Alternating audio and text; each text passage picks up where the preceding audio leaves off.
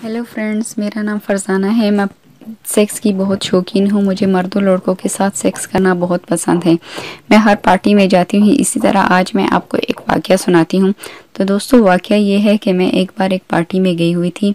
वहाँ बहुत से लोग आए हुए थे। इस दिन मैंने बहुत अच्छी ड्रेसिंग की हुई थी। सबकी नज़रें मुझ पे थी। कोई ना कोई मुझसे बहाने से आता, बात करता और चला जाता। हर कोई मेरी तारीफ़ कर रहा था और मुझे वहाँ सब ने ऑफ़र भी की।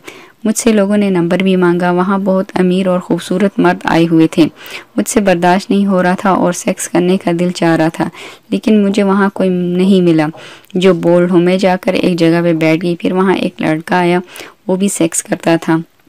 वो भी मेरे साथ आकर वहाँ बैठ गया और मुझसे फ्री होकर बातें करने लगा और मेरी बहुत सी तारीफ़ करने लगा। मुझे बहुत अच्छा लग रहा था इसके साथ बैठना। मैं इसके साथ वहाँ बैठी रही और बातें करती रही। वो मुझे अपने बारे में बताने लगा कि मैं पढ़ता हूँ, मुझे पार्टी बहुत पसंद है, ये और वो। मैंने भी बताया कि मुझे भी पार्टी बहुत पसंद है और हर पार्टी में जाती हूँ। इसकी और मेरी बहुत जम रही थी। हम